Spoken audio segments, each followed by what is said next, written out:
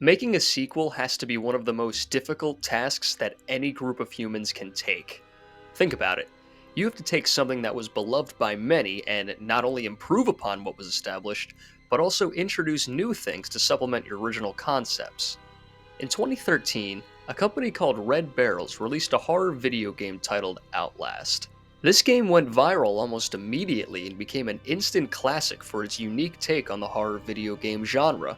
Unlike most horror games before it, you were unable to fight back against your attackers, and enemies hunted you with so much more aggression than has ever been seen prior.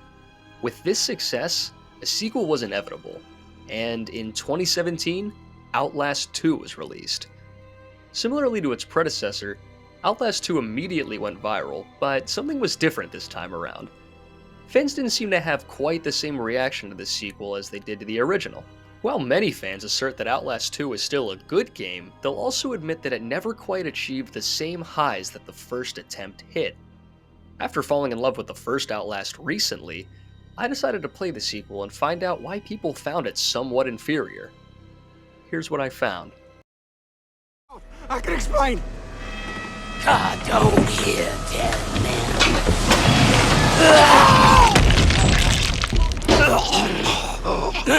Before I begin, I'd like to state that this video isn't meant to rudely demean this game. I wouldn't be making this if I disliked it that much. Having said that, it's very clear that this game took somewhat of a step in the wrong direction from the original. I've determined that the reason for this comes from two particular pillars: the level design and the way that the story unfolds. We'll be unpacking both of these items and seeing how both the first and second game handle them, but we need to discuss something else beforehand. The core gameplay between these games is largely identical.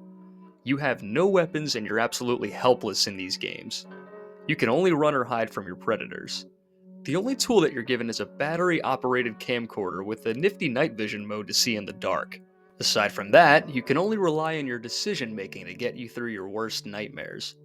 Despite the core gameplay being so similar, there is a very big contrast between the setting of the first and second game. The first game takes place inside a ruined insane asylum with narrow hallways connecting both large and small rooms. The second game takes place in a cult-led village in Arizona, complete with small houses, lakes, cornfields, and places of worship.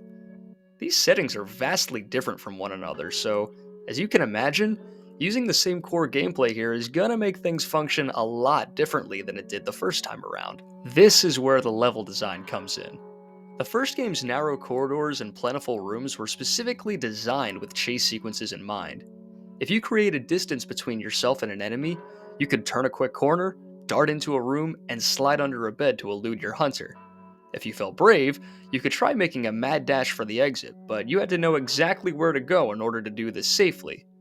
Every area in this game had a wealth of creative hiding spots for the player to take advantage of. The level design in the first Outlast complemented the gameplay perfectly, as this design only left the player with two very important decisions: run or hide. The choice between either was the difference between life and death. Compare this to the level design in Outlast 2.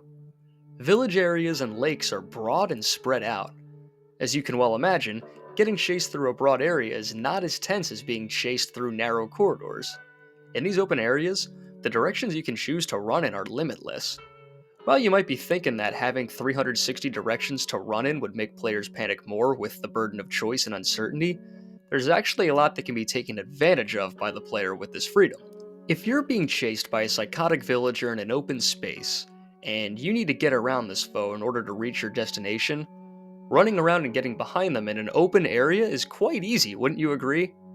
In Outlast 2, I found myself either running around enemies or simply looping them to get where I wanted to go. Even if an enemy got the best of me on my first attempt, I knew that on my second trip, the good old runaround would save me. In these open field areas, I felt more like Saquon Barkley running around a football field than a helpless cameraman in a cult village. I could only think of one time when this trick worked in the first game. This level design also takes away from the possibility of getting cornered by a freak in a dead end. This was a huge part of the first game that made chases even scarier, as you weren't always sure if you were on your way to safety or your doom. In Outlast 2, it was usually easy to spot the way forward regardless of the situation. As long as I followed my feet, I'd be fine.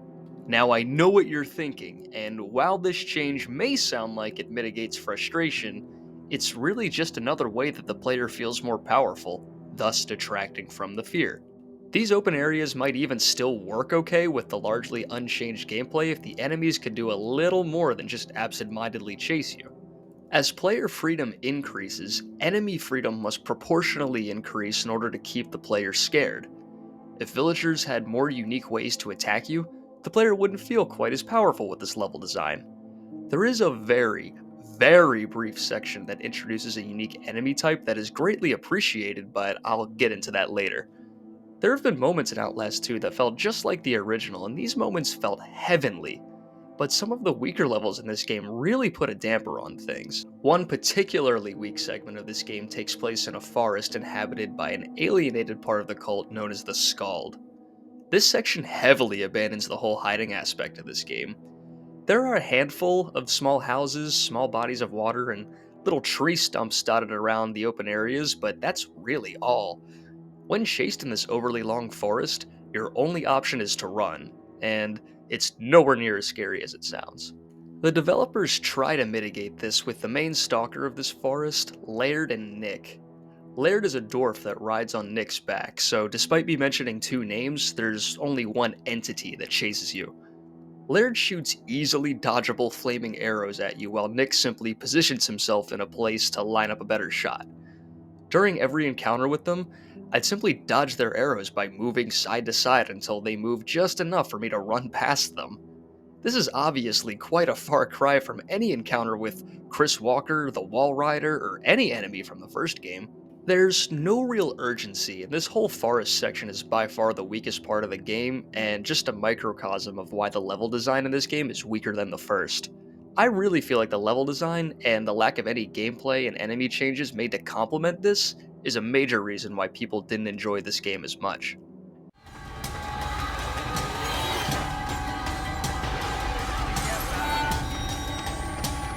It's not so much the content of this story that I take issue with, it's more so just the way that it's portrayed in this game.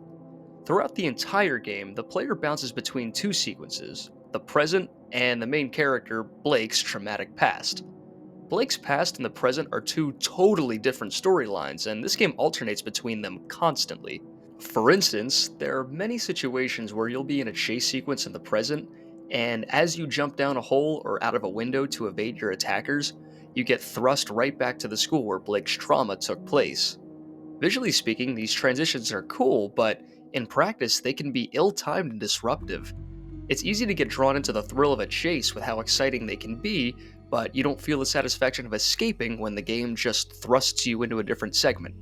Ending these chases so abruptly and transporting the player into a different situation where they're totally safe completely pulls them out of the fun they're having with no payoff. In the first game, a chase concluded with either the player finding a key and using it to escape the area, or with the death of the hunter. Both of these scenarios are rewarding to the player, making them significantly more fun. The flashback segments are also hindered by the fact that they don't play any significant role in the plot taking place during the present. Blake's experiences as a kid and the people he interacted with at the time aren't related to the cult at all. Though both storylines are engaging, it doesn't stop the mild annoyance of getting pulled out of one thing and thrown into another, especially when this other is largely unrelated to the main mission. One more minor issue that I feel the need to mention is the way that notes are taken in this game. In the first Outlast, if you simply pointed your camera at something, an icon would appear letting the player know that they filmed something important, and our hero wrote a note to give insight about the very thing that you recorded. In Outlast 2, you need to hold your camera on a particular object until a meter fills up, thus granting you the note about what you were recording. This feels really pointless, and it doesn't add much to the experience at all. There was only one situation I found that required the player to stay in one place and film something while enemies were around. I felt that this mechanic made note collecting feel more like a chore. Having said all that, I did enjoy several parts of this game, and I want to discuss the high points that Outlast 2 reaches. There were some notable, though very minor, gameplay improvements. My favorite improvement was the healing system. When you take damage from an enemy in Outlast 2, you'll need to use a bandage to heal yourself as opposed to healing over time like the first game. You can carry a maximum of 3 bandages, so you'll have to use them wisely. I'm a very big fan of this improvement. I also like the addition of the camera's microphone function. To mitigate the player having to just guess if a hunter is waiting for them behind a door, the microphone will indicate the level of noise present behind a wall, cluing a player to the location of their foes. In that underwhelming forest level I mentioned earlier, you briefly encounter enemies that will only move when you aren't looking at them and freeze when you do. Although this enemy type has been beaten beyond the point of death in horror games, it was really nice to encounter foes that hunted you in a different way. I think the Outlast games should do more of this and have better enemy variety going forward. I also love the increased level of interactivity in this game. You have the option to open windows, hide in grass, barrels, and even underwater. You can peek over and around these objects with a lot of freedom, too. This game's emphasis on running and reducing opportunities for hiding limits what these options could achieve, though. Finally, I love how Marta, the hunter with the giant pickaxe, is designed in this game. The developers seem to try making her the Chris Walker of this game. While I do find her design to be cooler and more iconic than Walker's, I wish she felt as threatening and came back throughout the game the way Walker did. Marta didn't feel like half the nemesis that Walker was, and I think that's a bit of a missed opportunity.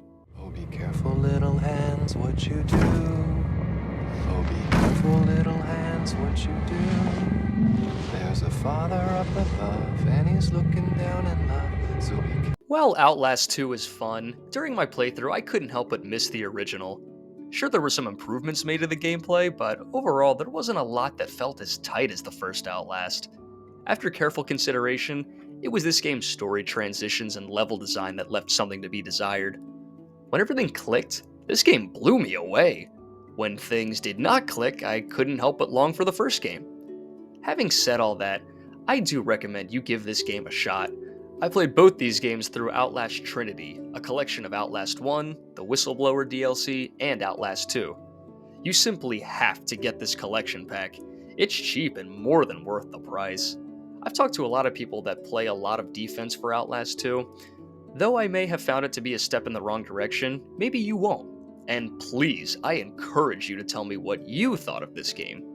It's a really fun discussion to have. I couldn't find much in the way of sales data for this game, but recently, Red Barrels gave us a spin-off titled The Outlast Trials. This is a multiplayer take on this game that seems to be decently popular. I'm so looking forward to the next game in this series. When we get it, though, I'm definitely hoping it's more like the first game as opposed to the sequel.